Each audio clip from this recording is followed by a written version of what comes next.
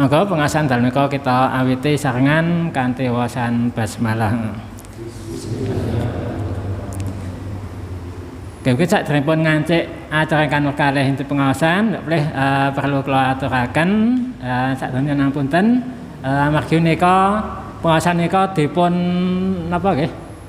Dipun posting wonten ing Facebook sehingga kathah ingkang mirsani lan kok dumugi napa komentar-komentar niku nggih kathah niki saking Kalimantan nggih wonten ingkang napa mengikuti nggih pengawasan menika lan menika salah satu komentar ingkang napa nika ngengi bab ketaatan protokol kesehatan nggih nika dipun tingali wonten Facebook kok ternyata napa le tetenggok nika kita suwun nggih nika boten ngirangi kehormatan monggo le anggenipun lenggah radi jaga jarak nggih nek saged mangke napa bentuk soft nika nggih nika mah langkung 100 mangke ketinggalan apa rapi nggih nika napa sekatipun sampun kula unduraken kagem ngawekani menawi mangke napa pesertanipun radi kathah nggih nggih ingkang sampun sepuh badhe perlu napa nggih perlu sandaran nggih monggo mungkin kan apa namun kangge ikhtiar kita anggenipun menghindari dari kemungkinan penularan nika nggih lan mugi-mugi Allah tanggalan nika enggal-enggal nebihaken lan menghapus wabah nika nggih. Lan nika menawi napa akeh ngersakaken masker nika wonten nggih pun dipun siapaken wonten ing pintu sebelah utara nggih. Nggih, Bapak hormati kita lajengaken acara ingkang nomor kalih nika inti pengawasan pramila dumateng Ustaz Mujiman kita semanggaken mangke dumugi jam 09.00 nggih. Yen kata tasih lajengaken materi kitab Awaik At-Thalab nggih. Nika nika sampun nomor pinten nggih.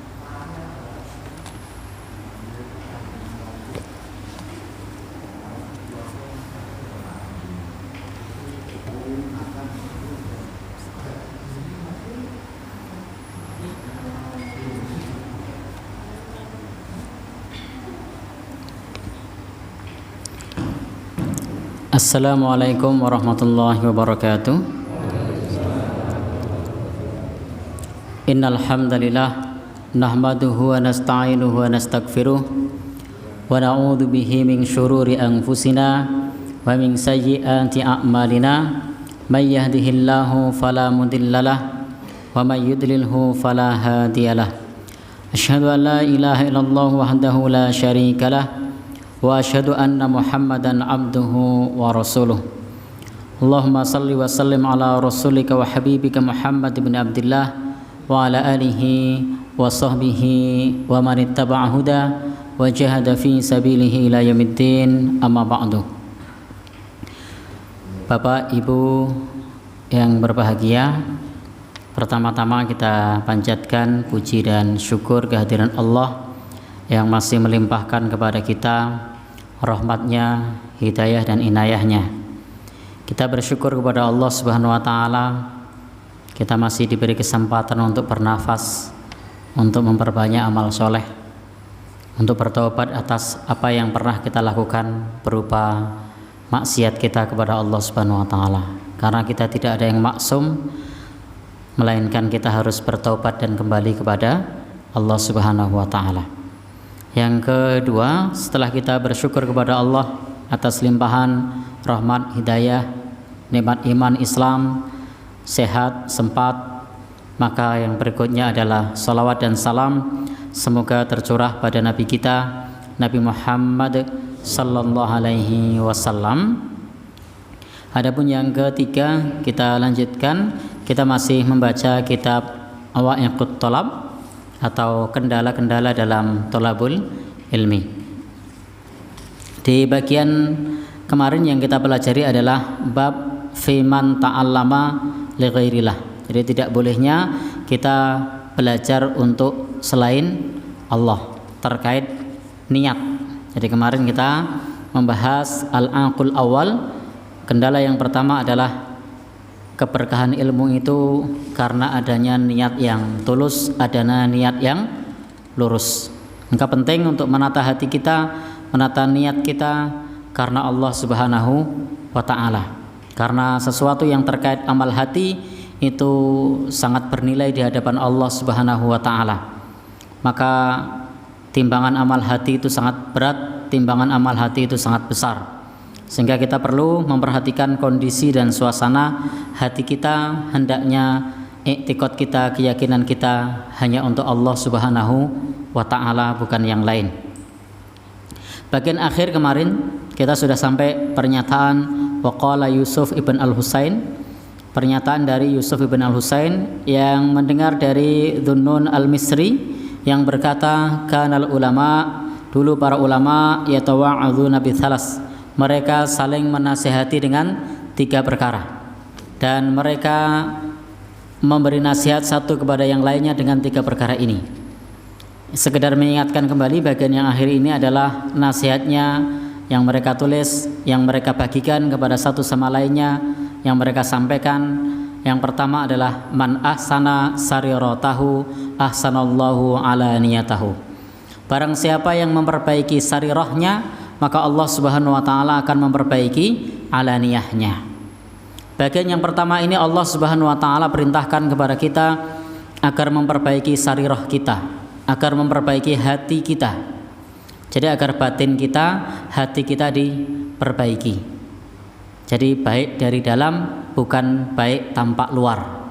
Tapi perintahnya dimulai baik dari dalam, maka ahsanallahu ala niyatahu, niscaya Allah Subhanahu wa ta'ala akan memperbaiki bagian luarnya. Jadi barang siapa yang memperbaiki sarirahnya, maka Allah Subhanahu wa ta'ala akan memperbaiki alaniyahnya. Maknanya adalah barang siapa yang memperbaiki batinnya, maka Allah akan memperbaiki zahirnya. Jadi kita harus fokus kepada perbaikan hati, bukan fokus pada perbaikan zahir. Dan ini memang kita sebagai manusia yang diciptakan oleh Allah Subhanahu wa ta'ala kadang sulit untuk menjaga hati. Maka Al-Quran memberikan sindiran kepada kita. Manusia itu punya kondisi, ada kalanya yastakhfuna minan nas wala yastakhfuna minallah. Jadi manusia itu kadang-kadang yastakhfuna minan nas wala yastakhfuna minallah, sembunyi dari pandangan manusia tapi tidak sembunyi dari pandangan Allah Subhanahu wa ta'ala. Jadi yang baik-baik ditampakkan, yang buruk-buruk disembunyikan. Tampaknya yang baik-baik. Padahal Allah Subhanahu wa ta'ala Maha tahu atas apa yang buruk yang disembunyikan. Maka di sini perintahnya adalah sarirah, sesuatu yang sifatnya sir, sesuatu yang sifatnya di dalam, itu kalau diperbaiki, insya Allah luarnya akan ikut baik. Maka agar kita tidak fokus pada tampak luar saja, tetapi yang utama adalah bagian dalamnya harus diperbaiki. Bagian yang kedua, Bapak Ibu, ikhwah sekalian, kalau kita masih ingat di kesempatan yang lalu sudah kita bahas waman aslaha ma bainahu wa bainallah.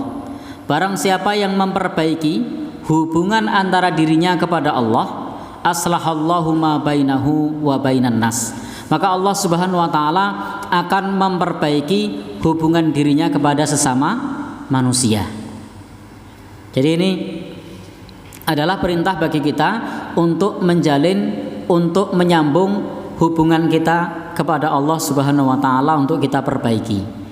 Maka insya Allah Allah Subhanahu wa ta'ala akan memperbaiki hubungan kita kepada sesama manusia. Maka kuncinya adalah bagaimana kita memperbaiki hubungan kita kepada Allah Subhanahu wa ta'ala. Bapak Ibu, ikhwan dan akhwat yang berbahagia, yang dirahmati oleh Allah Subhanahu wa ta'ala, insyaallah. Jadi jangan sampai kemudian kita sibuk membangun hubungan kepada sesama manusia, tapi kita lupa hubungan kepada Allah. Maka kita tidak boleh sibuk mencari ridho manusia, tapi kita lupa mencari ridho Allah Subhanahu wa ta'ala. Utamakan membangun hubungan kepada Allah, mencari ridha Allah, insya Allah kelak akan diridhai oleh manusia dan akan terjalin hubungan yang baik kepada sesama manusia. Di bagian ini kadang kita ketika melakukan sesuatu masih melakukan sesuatu karena omongan orang. Padahal seorang muslim diberikan sifat oleh Allah Subhanahu wa taala, salah satu sifatnya adalah la yakhafuna laumata laim, tidak takut omongan orang.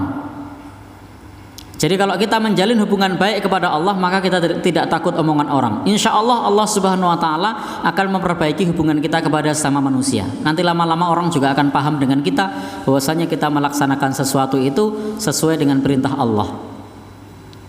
Karena kalau kita berbicara tentang komentar orang, maka tidak ada habisnya. Saya kasih ilustrasi ringan. Bapak Ibu, ketika ada orang bertamu, sebut saja orang bertamunya adalah orang yang tidak punya, orang fakir atau orang miskin, bertamu di tempat orang kaya. Pada saat bertamu dia disuruh makan, lalu kemudian karena dia malu di tempat orang kaya, sebenarnya juga lapar, tapi karena malu, maka kemudian makannya sedikit. Dikomentari, nang omahe mangan apa to? Wong ora duwe nang kene panganan enak-enak ora doyan. Dikomentari. Tapi kalau kemudian orang miskin ini ketika bertamu di tempat orang kaya, makanannya semua dihabiskan, juga dikomentari. Komentarnya apa kira-kira? Ndak biasa makan enak, lihat makan enak dihabiskan. Loh, serba salah. Bapak Ibu yang berbahagia yang dirahmati oleh Allah Subhanahu wa taala, ketika kita bertamu, pada saat bertamu kemudian kita disuruh makan, karena misalnya orang Jawa bertamu ke tempat orang Sumatera misalnya, atau ke orang Kalimantan misalnya yang punya, atau orang Sulawesi yang punya tradisi yang berbeda, yang mana masyarakat Jawa sering punya tradisi kalau makan pada saat bertamu makannya sedikit. Dikomentari, orang Jawa kok makannya sedikit.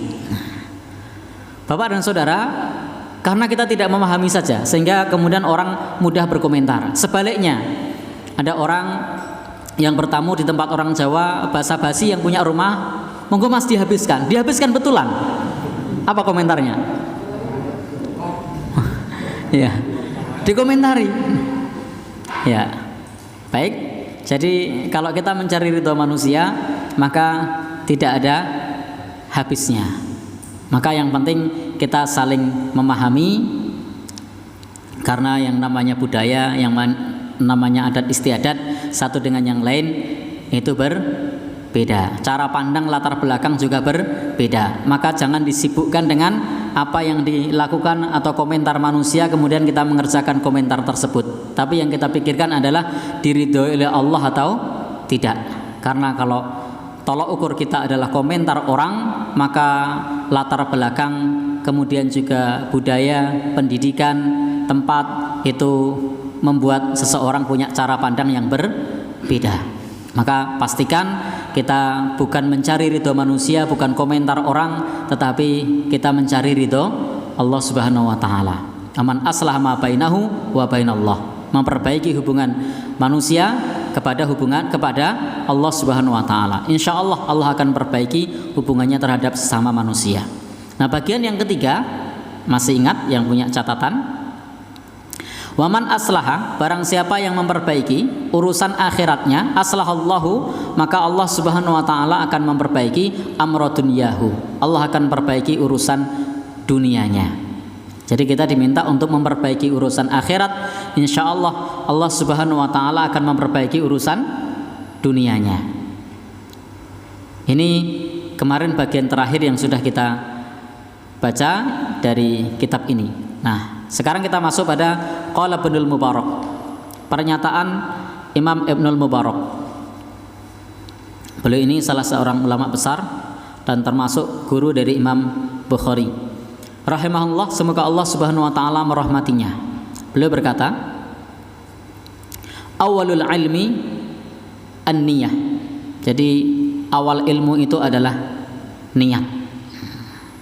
Jadi ilmu itu yang pertama adalah niat. Sesuai dengan bab kita, bahwa hendaknya kita bangun niat yang benar untuk mencari ridho Allah. Dan ilmu itu yang pertama adalah niat. Bab awal pada saat mencari ilmu itu adalah niat. Mau dibawa kemana niat mencari ilmu itu? Lillah, karena Allah, linnas karena manusia, lil hasab karena kedudukan status sosial, atau karena yang lainnya. Maka penting yang pertama adalah niatkan karena Allah, bukan karena yang lain.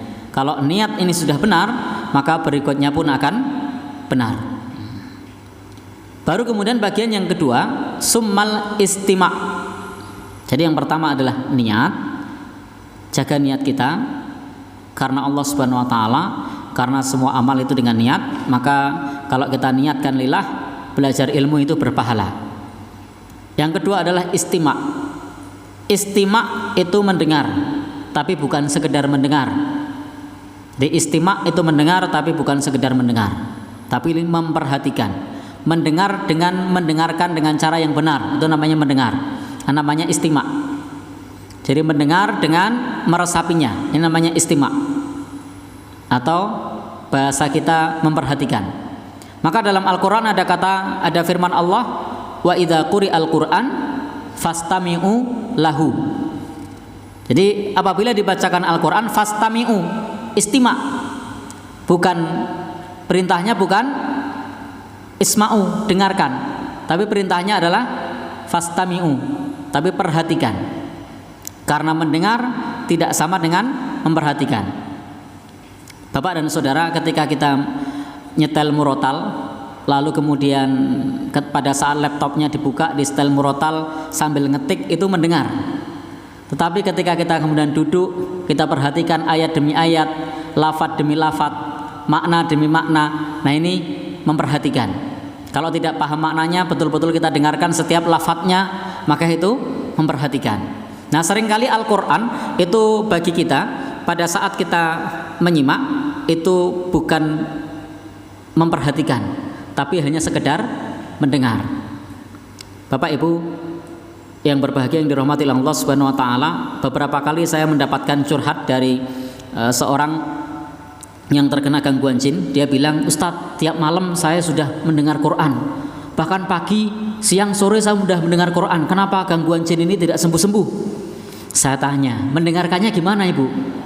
"Ya sambil nyuci, sambil masak, sambil ulek-ulek." Bapak Ibu, Al-Quran ini akan membawa faidah kalau di istima', tapi diperhatikan. Maka setelah murotal atau bacalah Al-Quran atau dengarkanlah bacaan Al-Quran dengan cara duduk, perhatikan, fokus, itu insya Allah akan bermanfaat.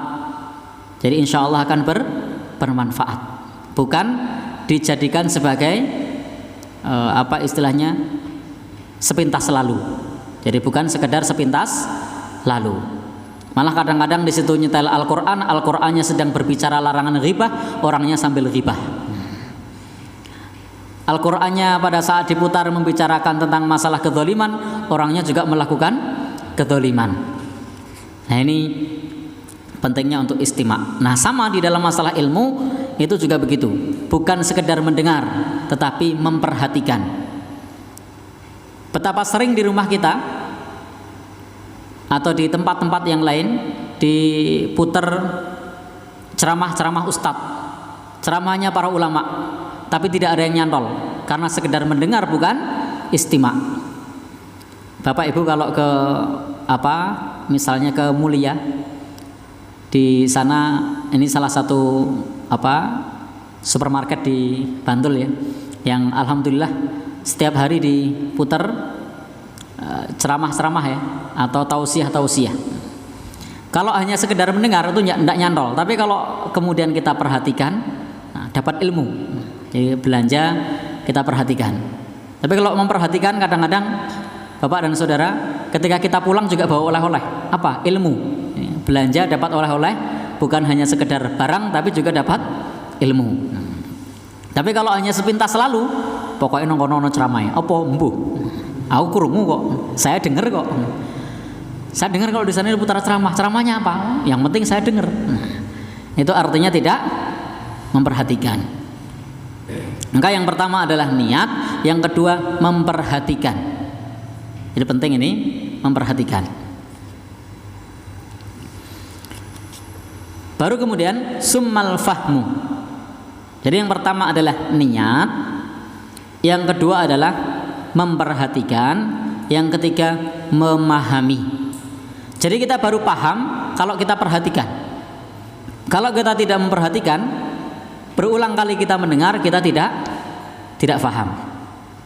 Maka dengan memperhatikan, insya Allah kita akan sampai pada kefahaman. Karena ilmu itu butuh untuk kita fahami apa yang dimaksud dari ilmu tersebut. Maka kalau kita diajarkan berdoa pada saat mau belajar, itu doanya adalah Rabbi zidni ilma warzuqni fahma. Ya Allah, tambahkan kepadaku ilmu dan anugerahkan kepadaku kefahaman. Jadi minta kepada Allah Subhanahu wa taala kefahaman supaya ilmu tersebut kita fahami dengan pemahaman yang benar. Summa, kemudian kalau tadi summal fahmu, kemudian summal hifdu, yakni kemudian hafalan, baru kemudian dihafal. Ada niat, kita mau memperhatikan, kita pahami, baru kemudian dihafalkan. Jadi ketika kita menghafalkan, kita sudah paham. Bukan menghafal tidak paham. Jadi bukan menghafal tidak paham. Lalu bagaimana kalau menghafal dulu baru paham? Bapak dan saudara yang berbahagia yang dirahmati Allah Subhanahu wa taala, itu juga boleh. Tetapi ingat, yang utama adalah pemahamannya, bukan hafalnya. Jadi kalau kemudian kita diminta untuk menghafal ini itu tapi kemudian tidak difahami, maka ilmunya tidak masuk. Maka ilmunya tidak masuk. Maka difahami baru kemudian dihafalkan. Ini terkait dengan ilmu. Di berikutnya summal amal. Kemudian ilmu tersebut diamalkan. Jadi tidak cukup dipahami kemudian dihafalkan, tetapi juga diamalkan. Jadi Abdullah ibn al-Mubarak memberikan penjelasan kepada kita tentang ilmu yang diawali dari niat, tetapi juga jangan sampai lupa di sana ada amal. Karena ilmu tersebut tidak bisa bertahan dengan baik tanpa diamalkan. Karena ilmu itu bisa dijaga dengan amal. Salah satu cara menjaga ilmu itu dengan mengamalkan. Dan begitulah salafus saleh dulu di dalam menjaga ilmu itu dengan mengamalkan ilmu. Maka dengan diamalkan tersebut kita menjadi faham. Orang yang sudah belajar berwudu lalu kemudian wudu itu diamalkan, untuk menyebutkan urutan wudu dia masih ingat. Tetapi orang yang dulu pada saat TK, saat SD dia belajar wudu, lalu dia tidak pernah sholat, pada saat dia sudah dewasa ditanya tentang wudu, masih ingat urutannya apa? Tidak, karena tidak mengamalkan. Maka mengamalkan itu juga salah satu cara di dalam menjaga ilmu. Maka jaga ilmu dengan cara mengamalkan ilmu tersebut. Summa an-nashr, yakni kemudian menyebarkannya atau menyampaikan kepada yang lain. Jadi ingat salah satu pernyataan dari salah seorang sahabat kenamaan bahwasanya ketika ilmu itu dibagikan, disebarkan, dia bukan berkurang, tapi dia malah bertambah. Tapi dia malah semakin kokoh, dia akan semakin kuat. Semakin kita sering menyampaikan, maka ilmu itu akan semakin kuat, ilmu itu akan semakin melekat. Teman-teman yang sering kultum di bulan Ramadan, itu pertama kali kultum masih biasa. Yang kedua sudah mulai terbiasa. Yang ketiga sudah di luar kepala itu, sudah dikuasai semua. Begitu keempat, kelima, keenam, tidak perlu buka buku lagi, tidak perlu persiapan. Kenapa? Karena ilmunya diajarkan atau disampaikan kepada yang lain. Inilah penjelasan Abdullah ibn al-Mubarak terkait dengan ilmu. Maka ini juga mendorong kepada kita pentingnya untuk menata niat. Kemudian kalau kita mendengarkan ceramah baik di radio, di televisi, di YouTube, MP3, speaker Quran atau yang lainnya, itu diperhatikan, bukan sekedar dijadikan suara sepintas lalu. Jadi bukan sekedar dijadikan sebagai suara sepintas lalu. kemudian dipahami, dihafalkan, diamalkan, kemudian disebarkan. Ini adalah merupakan peringatan bagi kita bahwa pentingnya untuk melakukan tahapan-tahapan ini. Berikutnya, anna jama'atan minas salaf qalu, bahwasanya sekumpulan para salaf mereka berkata, kunna natlubul ilma lid dunya. Dulu kami menuntut ilmu karena dunia. Fajjarna ilal akhirah. Jadi niat menuntut ilmu karena dunia itu juga bisa membawa ke akhirat. Maksudnya bagaimana? Niat yang salah, kalau mencari ilmunya itu benar dan ilmunya benar, maka ilmu itu akan membimbing, akan menarik, akan membawa dirinya kepada urusan akhirat yang baik. Karena ilmu itu akan mengarahkan kepada perkara yang baik. Maka di sini disebutkan ada pernyataan yang lain, wa talabna hadzal amr wa laisa fihi niyyah. Summa ja'atin niyyah, kemudian datang niat itu sesudahnya. Jadi awalnya itu belum ada niat yang benar pada saat mencari ilmu.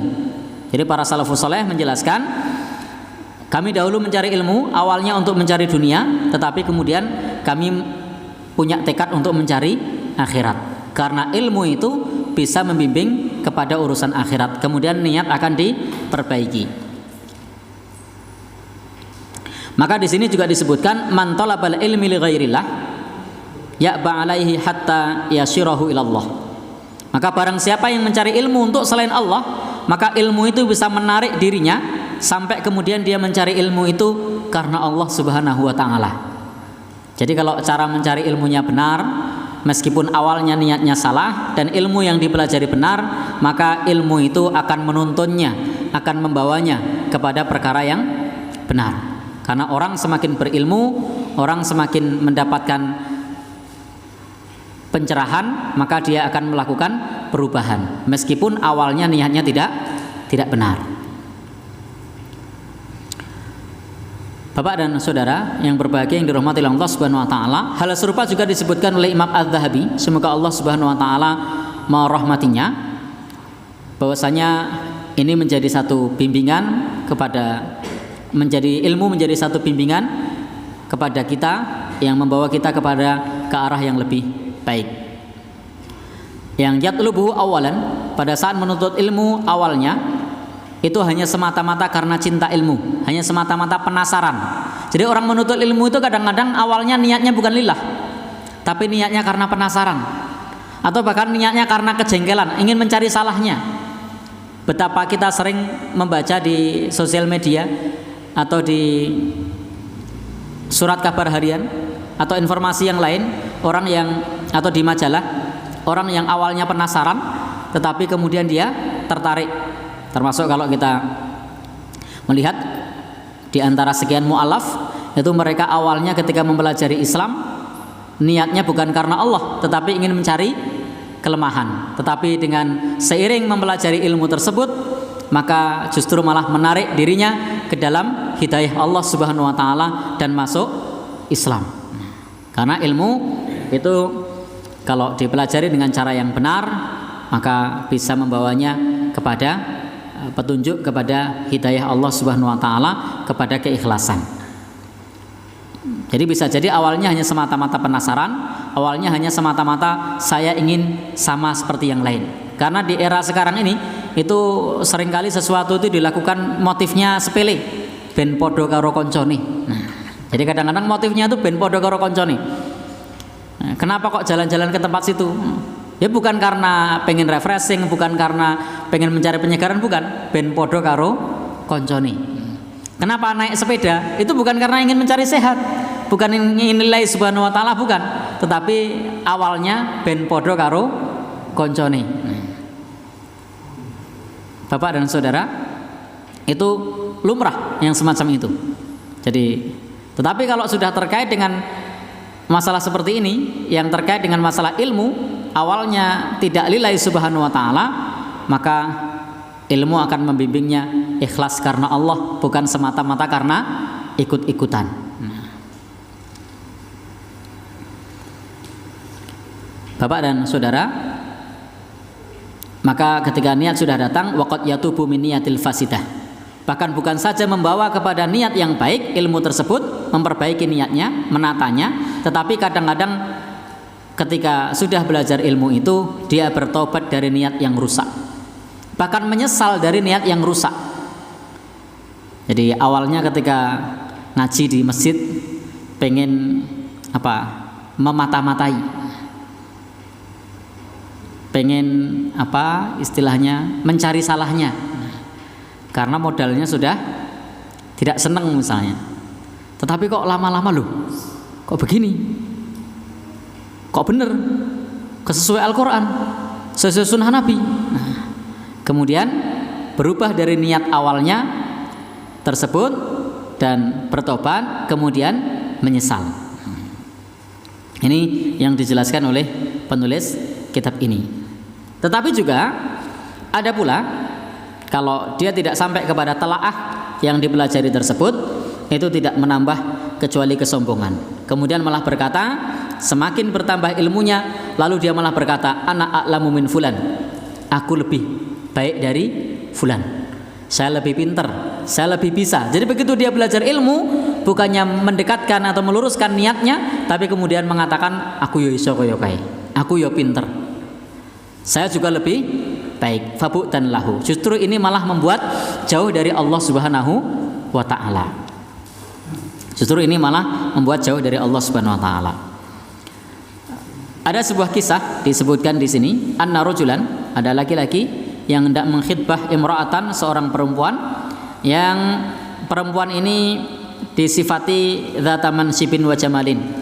Jadi perempuan ini dzatu mansibin wa jamalin, yang punya kedudukan, perempuan bangsawan, cantik jelita. Pada saat dilamar, karena fakirnya, karena tidak punya kedudukan sosial, maka kemudian dia ditolak. Maka pemuda ini kemudian fafakkara, maka kemudian pemuda ini berpikir biayil amroin, dengan dari arah mana dia mendapatkan kedudukan atau mendapatkan harta untuk bisa menikahi perempuan tersebut. Karena perempuan itu hanya mau menikahi orang yang kaya, berharta, atau orang yang punya status sosial. Abil mal amil hasbi, apakah mau menikahi perempuan tersebut dengan mencari harta yang banyak atau dengan kedudukan status sosial. Ini satu kisah. Maka dia memilih kedudukan sosial, yakni dengan mencari ilmu, supaya menjadi kalangan yang ahli ilmu atau berilmu, sehingga dengan berilmu tersebut dia bisa melamar perempuan yang cantik jelita bangsawan tadi. Kalau perempuan bangsawan atau bangsawati, saya tidak begitu paham bahasanya. Nanti tolong dikoreksi teman-teman yang ahli bahasa. Ya. Sampailah dia pada satu kedudukan, sudah punya menjadi ahli ilmu. Maka perempuan itu pun kemudian datang kepadanya dan menawarkan dirinya. Jadi awalnya memang pada saat menuntut ilmu itu ingin meningkatkan status sosial. Karena ngelamar tadi ditolak. Sementara perempuannya hanya mau kalau orangnya orang kaya atau orang berilmu. Maka laki-laki ini berpikir, saya mencari kekayaan atau saya cari ilmu. Maka dia pun cari ilmu. Nah, ketika dia mencari ilmu, menikmati ilmu tersebut, maka dia sampai lupa dengan perempuannya. Karena niatnya yang awalnya hanya sekedar mencari perempuan tersebut, tetapi kemudian niatnya lurus. Li'annal ilma arsyadahu ila tashihin niyah, karena ilmu membimbingnya kepada niat yang benar. Maka begitu pemuda ini sudah mencari ilmu, sudah lupa itu perempuan tadi, sudah tidak ingin menikahi lagi, sudah pengennya meningkatkan ilmu wal a'mal as-sholihah, dan juga beramal soleh. Maka karena seperti itu perempuannya pun datang. Maka bapak dan saudara yang berbahagia yang dirahmati Allah Subhanahu wa ta'ala, ini laki-laki ini begitu warok, begitu wirai, bitarki mura'atin, kana talabal ilmi li ajliha. Jadi awalnya dia mencari ilmu semata-mata karena perempuan tersebut, tetapi kemudian niatnya menjadi benar karena menuntut ilmu, akhirnya bukan semata-mata perempuan. Disinilah bahwa ilmu itu membuat semakin takut kepada Allah. Maka yang disebut ulama, innama yakhsyallaha min ibadihil ulama, sesungguhnya orang-orang yang orang-orang yang takut kepada Allah hanyalah para ulama. Innama yakhsyallah, sesungguhnya hanyalah orang-orang yang takut kepada Allah itu para hambanya, yaitu para ulama. Maka para ulama itu ahli ilmu, dengan ilmunya semakin takut kepada Allah karena ilmu itu akan membimbingnya kepada kebaikan. Ayo talib, maka di sini ada peringatan, wahai para talib, wahai para penuntut ilmu, berhati-hatilah minasyirki finniyah, dari syirik niat. Karena di antara bentuk syirik itu adalah niat. Kemarin sudah kita bahas, yaitu tentang riya. Riya itu termasuk syirik. Meskipun dia syirik kecil, dia adalah dosa besar. Meskipun dia syirik kecil, dia dosa besar, dan pelakunya diancam dengan api neraka. Hadisnya sudah kita sampaikan secara global di kesempatan yang lalu. Menyebabkan orang yang mati di peperangan saja, di jalan Allah, tetapi karena niatnya riya, itu tidak masuk surga tapi malah masuk neraka. Membaca Al-Quran pun demikian, bukannya masuk surga tetapi malah masuk neraka. Kenapa? Karena niatnya ingin disebut qari. Menyampaikan ilmu agama pun juga karena niatnya ingin disebut alim. Maka hati-hati dari syirik niat. Fa innallaha ta'ala yaqul, Allah Subhanahu wa taala berfirman di dalam hadis qudsi, ana aghna syuraka, aku tidak butuh sekutu, anis syirki. Jadi beliau Allah Subhanahu wa taala menjelaskan, aku tidak butuh sekutu. Jadi Allah Subhanahu wa taala itu tidak membutuhkan sekutu, tidak membutuhkan tandingan, karena memang tidak ada yang bisa menandingi Allah Subhanahu wa ta'ala. Maka tidak pantas kemudian kita mencari sekutu dan tandingan, karena Allah Subhanahu wa ta'ala innallaha ala kulli syai'in qadir. Allah maha kuasa atas segala sesuatu, tidak membutuhkan yang lain.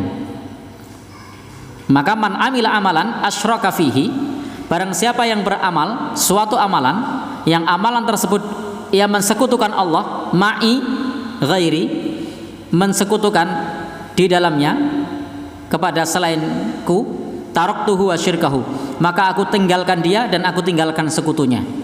Jadi Allah Subhanahu wa taala berfirman, barang siapa yang beramal yang di dalamnya dicampuri dengan syirik atau riya tadi, maka akan aku tinggalkan dirinya dan juga sekutunya. Jadi dirinya ditinggalkan, sekutunya pun akan ditinggalkan.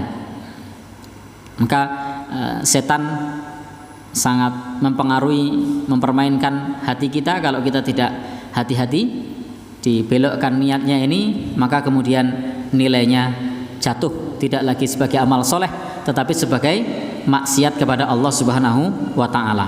Bahkan belajar hadis sekalipun, kalau niatnya bukan karena Allah, maka itu nilainya menjadi jatuh.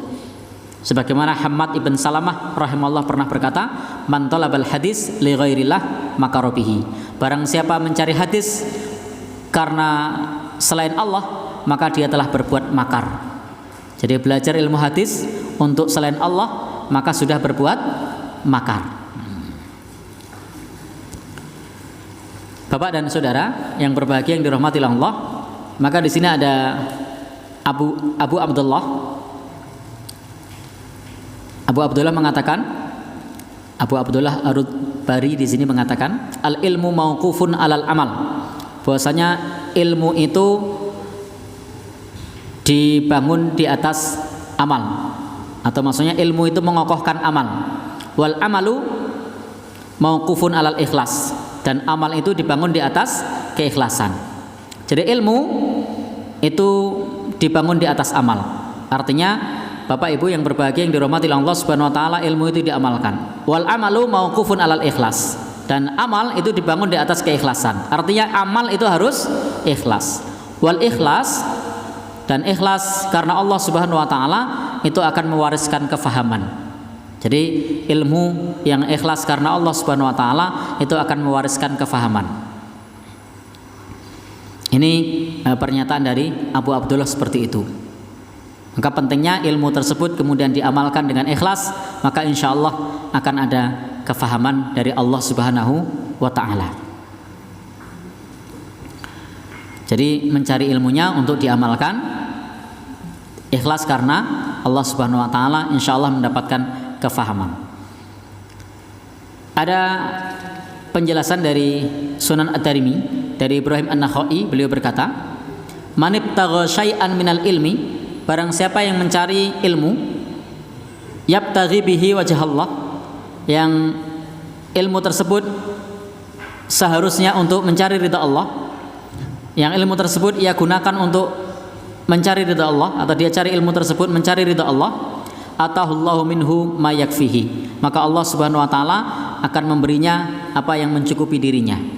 Jadi kalau kita betul-betul mencari ilmu karena Allah Subhanahu wa taala, maka Allah Subhanahu wa taala akan memberi ilmu itu dan akan mencukupinya. Bapak dan saudara, tetapi ini ada peringatan, tidak boleh kita kemudian terbalik di dalam memahami. Karena ada ba'dun nas, sebagian manusia meyakini ala annal amala, bahwasanya amal itu akan mewariskan ilmu, bukan duna ta'allum, bukan karena belajar. Jadi ada orang yang meyakini, memahami bahwasanya amal itu akan mewariskan ilmu, bukan dengan cara belajar. Lalu kemudian berdalil wattaqullah wa yu'allimukumullah, bertakwalah kepada Allah, maka Allah Subhanahu wa taala akan mengajarkan kepada kalian. Sehingga mereka, orang-orang ini berkata bahwasanya kalau kita beribadah maka Allah Subhanahu wa taala akan mengajarkan ilmu. Ini syubhat. Ini syubhat ilmu laduni. Jadi ini syubhat ilmu laduni. Maka penulis kitab ini menyebutkan tambih, perhatian atau peringatan. Sebagian manusia mengatakan amal itu akan melahirkan ilmu. Sehingga barang siapa yang bertakwa kepada Allah, maka dia akan mendapatkan ilmu. Allah akan mengajarinya. Nah, wattaqullah wa yu'allimukumullah. Seolah-olah secara tekstual ayat ini benar memahaminya. Bertakwalah kepada Allah, Allah akan mengajarkan kepada kalian. Sehingga mereka memahaminya sebagai ilmu laduni, rasa sinau, ngibadah, mengko ngerti dewi. Padahal kita sudah sama-sama tahu bahwa ilmu itu sebelum berkata dan beramal. Al ilmu qabla al qaul wal amal. Al-Quran mengatakan fa'lam annahu la ilaha illallah. I'lam dulu, ilmu dulu, belajar dulu. Lalu bagaimana penjelasan ini? Bapak dan saudara yang berbahagia, yang dirahmati Allah Subhanahu wa taala. Jadi tidak bisa dikatakan bahwasanya bertakwa atau beribadah kepada Allah itu sebab kemudian dia menjadi orang alim. Jadi itu tidak menjadikan dia beribadah kepada Allah, bertakwa kepada Allah sebab menjadi orang alim, bukan. Justru berilmu dulu kemudian baru bertakwa. Karena takwa butuh ilmu. Karena kita tidak bisa bertakwa tanpa ilmu. Jadi kita tidak bisa bertakwa tanpa ilmu. Maka kalau kita mau melakukan amal soleh, maka pastikan kita tahu ilmunya dulu, bukan beramal dulu sementara kita tidak tahu ilmunya.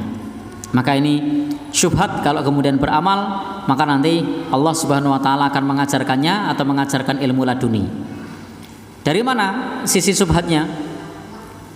Bapak dan saudara yang berbahagia, yang dirahmati Allah Subhanahu wa taala, sebagaimana disebutkan oleh Sibawayh di sini. Sibawayh ini salah seorang ahli nahwu. Dia mengatakan li'anna atof, karena lafadz atof di sini lafadz dan. Jadi pertama adalah bertakwalah kepada Allah dan Allah akan mengajarkan kepada kalian. Ini maknanya bukan makna balasan dari takwa itu. Jadi ini beliau ahli nahwu, maknanya bukan balasan bahwa kalau bertakwa kepada Allah balasannya dia berilmu, bukan. Tetapi maknanya adalah mughayarah. Maknanya di sini bahwasanya Bapak dan saudara yang berbahagia didampingkan di sini menunjukkan nanti kalau kita bertakwa kepada Allah Subhanahu wa taala, maka kita diminta untuk mencari ilmu. Dengan ilmu tersebut, dengan bertakwa kepada Allah tersebut, kita diperintahkan untuk belajar, diperintahkan untuk mencari ilmu, bukan kemudian semata-mata ujuk-ujuk mendapatkan ilmu.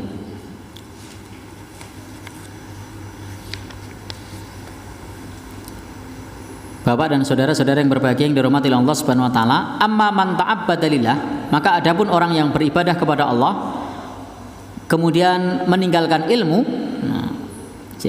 Jadi kalau ada orang yang beribadah kepada Allah meninggalkan mencari ilmu, maka penulis kitab ini mengatakan fahuwa jahilun, maka ini suatu kebodohan. Jadi kalau ada orang dia beribadah kepada Allah meninggalkan mencari ilmu, maka itu suatu kebodohan. Karena ibadah kepada Allah itu butuh ilmu. Masih ingat dalam hadis Nabi yang populer, man amala amilan laisa alaihi amruna fahuwa raddun. Barang siapa beramal dengan suatu amal yang tidak ada tuntunan dari kami, maka amal tersebut akan tertolak. Kenapa amalnya tertolak? Karena tidak sesuai tuntunan. Bagaimana bisa tahu tuntunan? Belajar. Jadi kalau tidak belajar, itu tidak akan tahu tuntunan. Sehingga perintahnya adalah belajar. Nah, bab pertama sudah selesai, lanjutan dari bab ilmu. Bahwasanya kalau kita beramal, makna dari ayat tadi supaya kalau kita bertakwa kepada Allah Subhanahu wa taala, maka kita akan dibimbing untuk kemudian mencari ilmu, untuk kuat imannya kepada Allah Subhanahu wa taala. Bukan bermakna kalau beribadah nanti kemudian otomatis dapat ilmu, bukan. Tetapi maknanya adalah kalau kita beribadah, kita bertakwa kepada Allah, maka hati kita akan dibimbing untuk kuat iman, untuk kemudian mencari ilmu. Sehingga wattaqullah wa yu'allimukumullah. Bertakwalah kepada Allah, Allah Subhanahu wa taala akan mengajari kalian. Karena ilmu tersebut, karena takwa tersebut akan membimbingnya untuk ke arah yang lebih baik. Bukan berarti berdiam diri tidak mencari ilmu.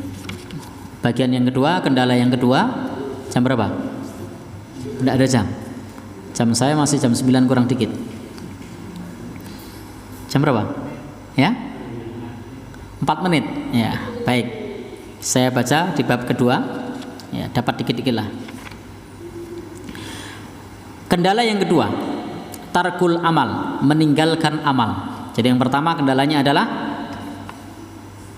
kemarin niat yang salah. Yang kedua adalah tarkul amal, meninggalkan amal.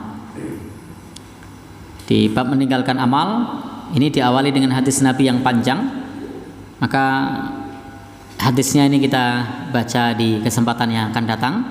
Kita baca pernyataan dari Abu Darda karena waktu kita tidak panjang.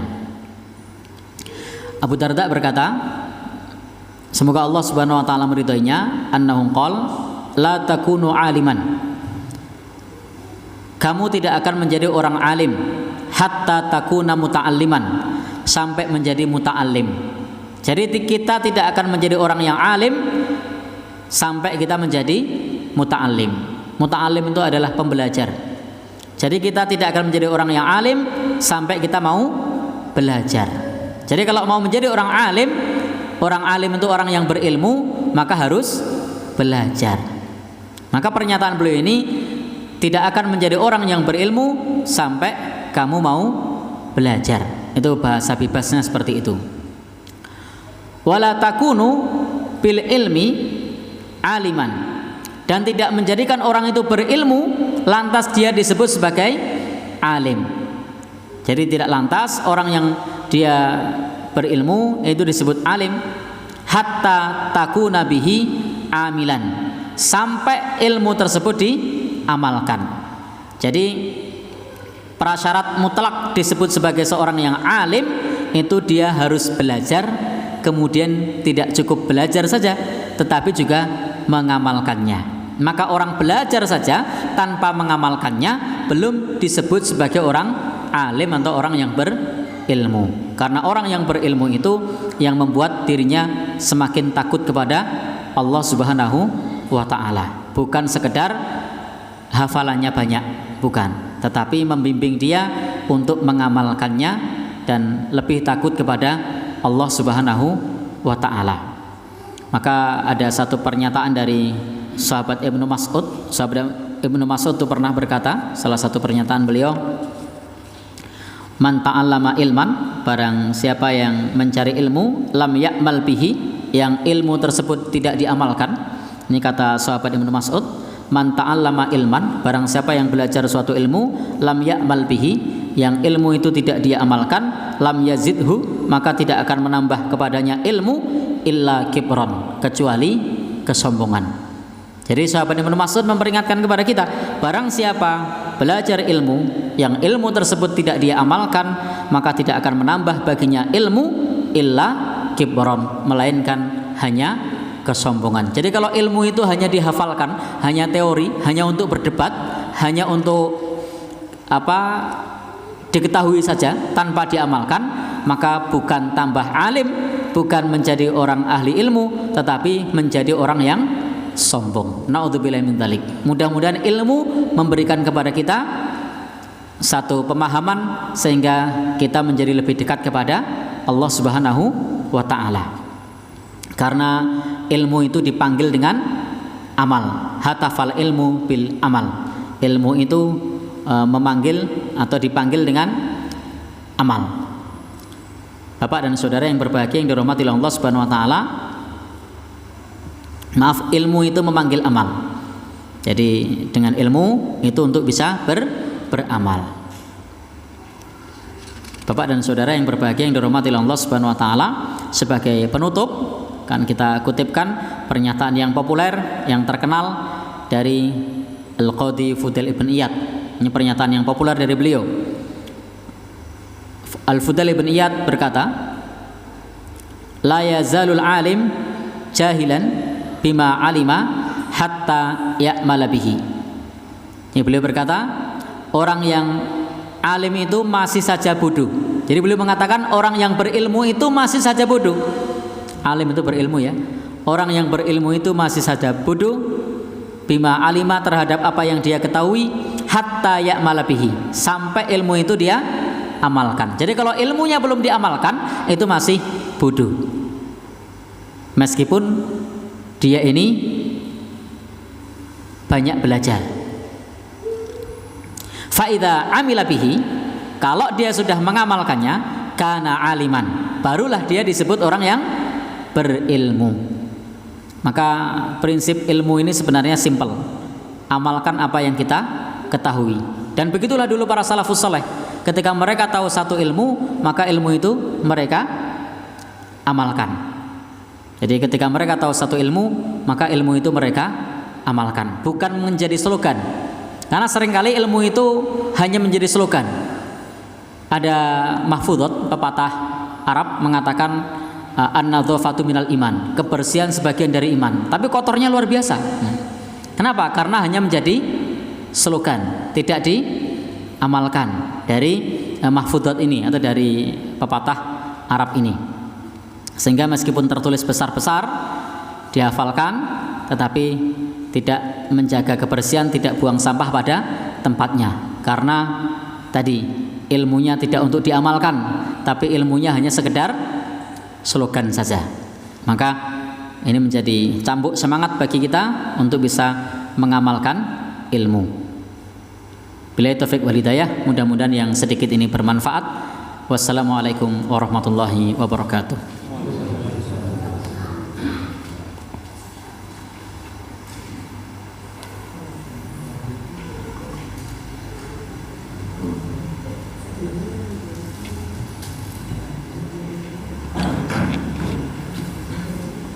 Oke, Bapak yang hormati, kalau pengawasan sekarang Ustaz Mujiman, boleh wonten pamundhut pirsa kalau wekdal kita semakan matang Bapak lenggah.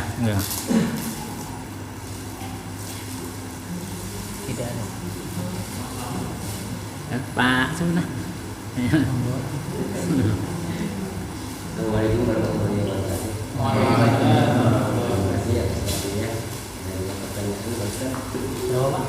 Ada dua pertanyaan. Pertama, di waktu sholat berjamaah yang biasa diteraskan oleh imam nanti sholat isya dan subuh.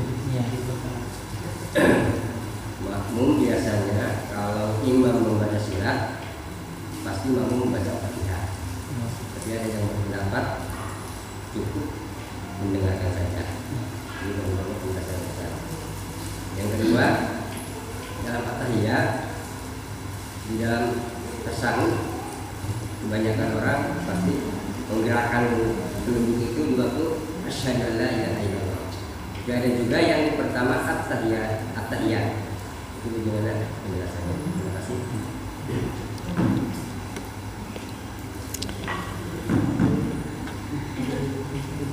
Terima kasih. Ini ada pertanyaan terkait masalah fikih. Jadi ada pertanyaan terkait masalah fikih yang berkaitan dengan membaca Al-Fatihah pada saat imam membaca dengan jahar atau dikeraskan, yaitu pada maghrib, kemudian isya dan subuh. Pada saat imam membaca Al-Fatihah, apa yang dilakukan oleh makmum? Jadi ketika kita membahas persoalan terkait dengan fikih, itu terbuka kemungkinan bagi perbedaan pendapat atau ikhtilaf. Dan ikhtilaf di dalam agama itu memang ada yang sifatnya usuluddin, pokok agama. Kalau sifatnya adalah masalah usul, masalah pokok agama, itu tidak bisa ditoleransi. Tetapi kalau ikhtilaf, perbedaan pendapat yang terkait dengan masalah pemahaman praktis tentang masalah ibadah, itu sudah terjadi sejak zaman dulu, bahkan itu oleh para ulama kibar. Maka perbedaan pendapat di dalam masalah yang seperti ini terkait masalah pemahaman kita membaca Al-Fatihahnya pada saat imam selesai Al-Fatihah atau membarengi imam atau tidak perlu membaca Al-Fatihah, itu adalah bagian dari perbedaan pendapat yang kita harus bisa legowo dan saling menghormati. Termasuk juga perbedaan pendapat di dalam masalah membaca bismillah dengan sir, lirih, atau membaca bismillah dengan keras, atau juga tidak membaca bismillah. Itu kita harus legowo.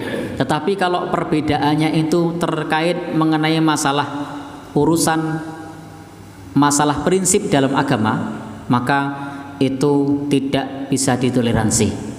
Contohnya rukun Islam, ini harus sama, jangan beda. Rukun iman itu harus sama, jangan beda. Jadi kalau rukun imannya beda itu dipertanyakan. Ini tidak bisa ditoleransi karena ini masalah pokok agama. Rukun Islamnya beda, tidak bisa ditoleransi. Itu harus tabayun. Kenapa kok beda? Kalau Islamnya harus sama. Tentang masalah Al-Quran ya harus sama. Kalau Al-Quran kok ayatnya beda misalnya, atau bukunya beda, maka ini menjadi soal. Atau tentang masalah Nabi kita, Nabi Muhammad sallallahu alaihi wasallam adalah panutan kita, asyraful anbiya wal mursalin, Nabi yang paling mulia, Rasul yang paling mulia, dan beliau juga khatamul anbiya, penutup para nabi. Kalau kemudian mengatakan nabiku setelah Nabi Muhammad, harus diklarifikasi, karena ini sudah menyimpang dari pokok agama, jadi dari prinsip agama. Tapi kalau tadi perbedaannya seperti tadi, apa yang kita lakukan pada saat imam membaca jahar? Pendapat yang pertama, sebagaimana ini disebutkan oleh ulama-ulama bermadzhab Syafi'i, bahwa pendapat yang pertama harus makmum tetap membaca surat Al-Fatihah. Maka disinilah biasanya para imam yang bermadzhab Syafi'i selepas imam membaca Al-Fatihah biasanya diam untuk beberapa saat. Jadi diam untuk beberapa saat, memberi kesempatan kepada makmum untuk membaca Al-Fatihah. Jadi diam beberapa saat untuk memberikan kesempatan kepada makmum untuk membaca Al-Fatihah. Tetapi Bapak Ibu yang berbahagia yang dirahmati Allah Subhanahu wa taala, ada ulama yang lain. Ulama yang lain selain dari kalangan mazhab Syafi'i, ada mazhab Maliki, ada mazhab Hanafi yang berpedoman kepada ayat wa idza quri'al Qur'an fastami'u lahu wa ansitu la'allakum turhamun. Apabila dibacakan Al-Qur'an, maka perhatikan dan dengarkan agar mendapatkan rahmat. Jadi perintahnya seperti itu. Sehingga dipahami pada saat imam itu membaca, maka makmum cukup mendengar, tidak membaca apa-apa. Sehingga seperti tadi saya sampaikan, dari kedua sikap ini merupakan perbedaan para ulama besar sejak zaman dulu. Sehingga kita tidak perlu kemudian saling menjatuhkan satu dengan yang lain terkait perbedaan semacam ini. Tetapi kita bisa saling menghormati. Meskipun kita sendiri punya pendapat. Nah, kalau seperti saya sendiri cenderung kepada pendapat kalau sedang dibacakan Al-Quran, dengarkan dan perhatikan.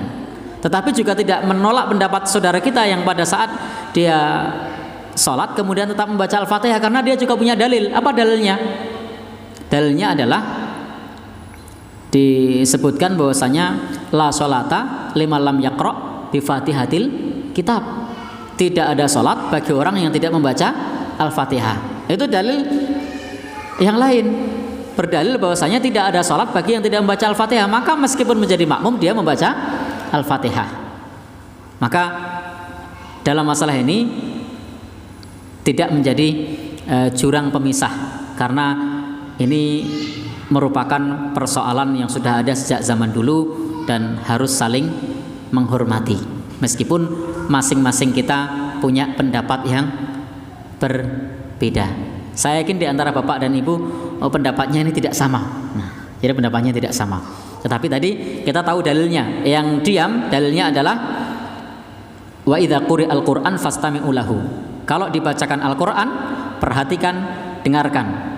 Nah, sementara yang membaca tidak ada sholat ketika tidak membaca surat Al-Fatihah.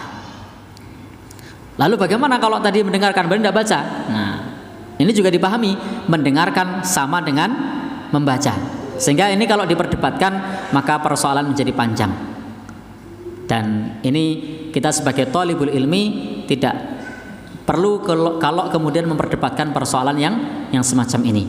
Itu sama halnya dengan pada saat kita tasyahud. Pada saat tasyahud, asyhadu alla ilaha illallah.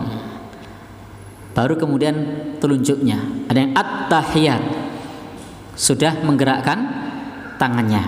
Maka sekali lagi jawaban saya sama, tidak perlu menjadi perdebatan. Meskipun kemudian kita menguatkan salah satu dari dua pendapat tersebut.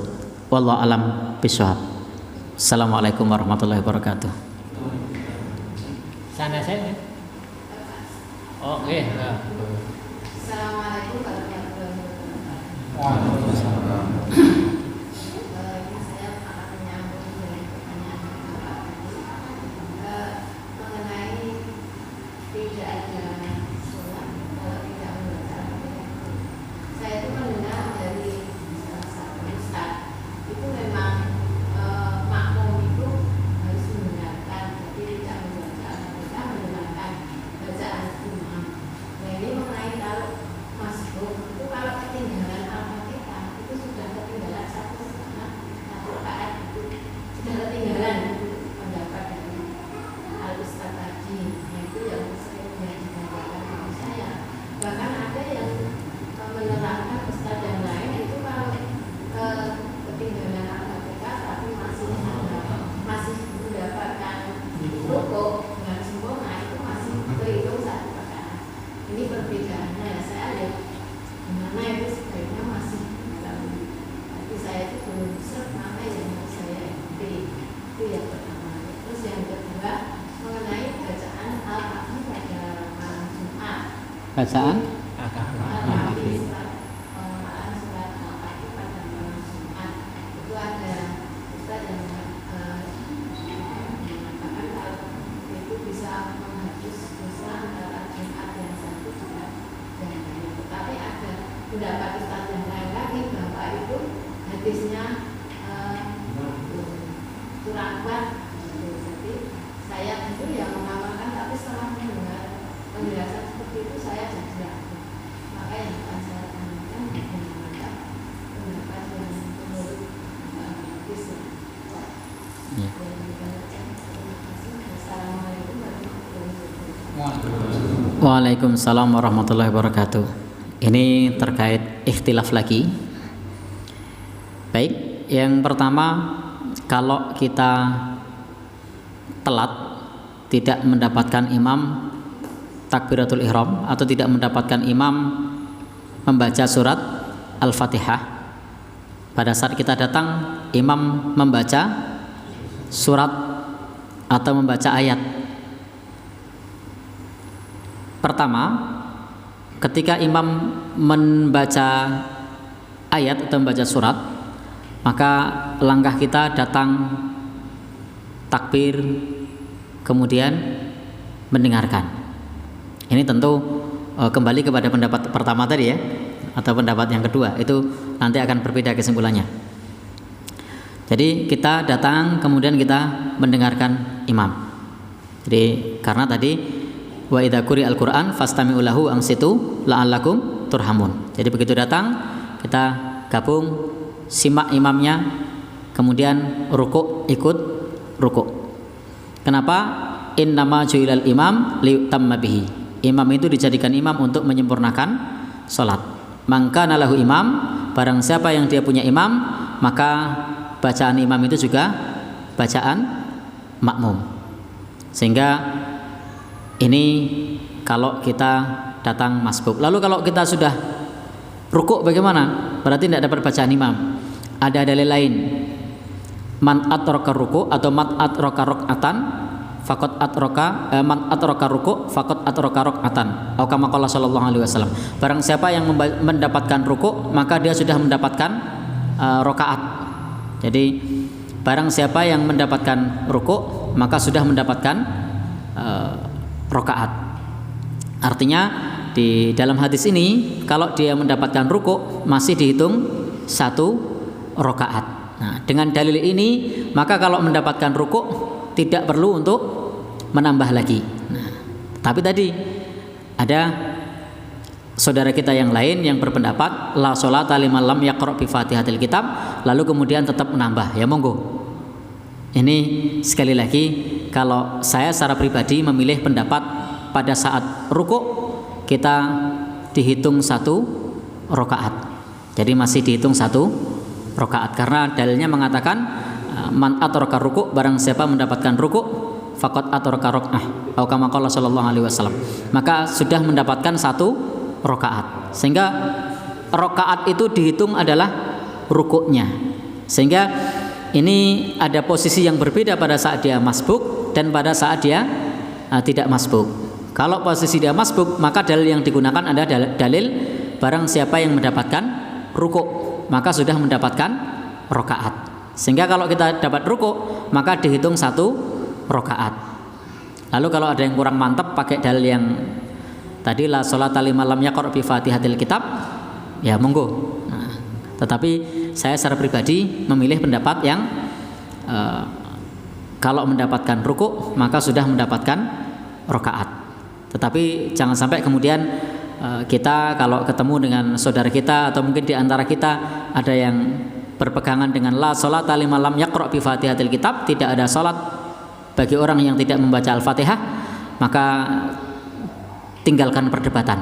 Jadi tinggalkan perdebatan. Orang rampung nanti malah sesuk jamaah ra gelem jajar itu. Hanya karena membahas masalah Al-Fatihah. Sesuk ngaji malam kemis mah ora mangkat ya. Hanya karena membahas Al-Fatihah. Jadi tinggalkan perdebatan. Nah, sudah kalau saudara kita memahami begitu bahwasanya tidak ada salat bagi yang tidak membaca Al-Fatihah, ya silahkan kalau kemudian berpatokan dengan seperti itu. Ini perbedaan pendapat yang seperti ini hal yang biasa, yang lumrah. Tinggalkan perdebatan, hormati pendapat saudara kita terkait masalah pemahaman dalam masalah fikih. Nah, begitu mungkin? Masih belum jelas? Ya. Jadi monggo jenengan biasanya pakai yang mana saya tidak tahu nggih. Jadi prinsipnya dalam masalah seperti ini tinggalkan perdebatan. Kita sudah tahu ilmunya. Bagi yang mereka nambah Al-Fatihah kita tahu ilmunya, yang berpegangan pada rukuk kita juga tahu ilmunya. Wallahu a'lam bishawab. Oh, yang Al-Kahfi. Baik, yang Al-Kahfi memang keutamaan Al-Kahfi itu tidak hanya itu. Ada keutamaan-keutamaan yang lain. Di antaranya misalnya usima minad dajjal, akan dilindungi dari fitnah dajjal misalnya. Sehingga ketika misalnya ada satu hadis yang dhaif, ketika ada hadis lain yang sahih, maka itu kemudian tidak mengurangi derajat hadis lain yang sahih. Bahkan Imam Syafi'i sendiri di dalam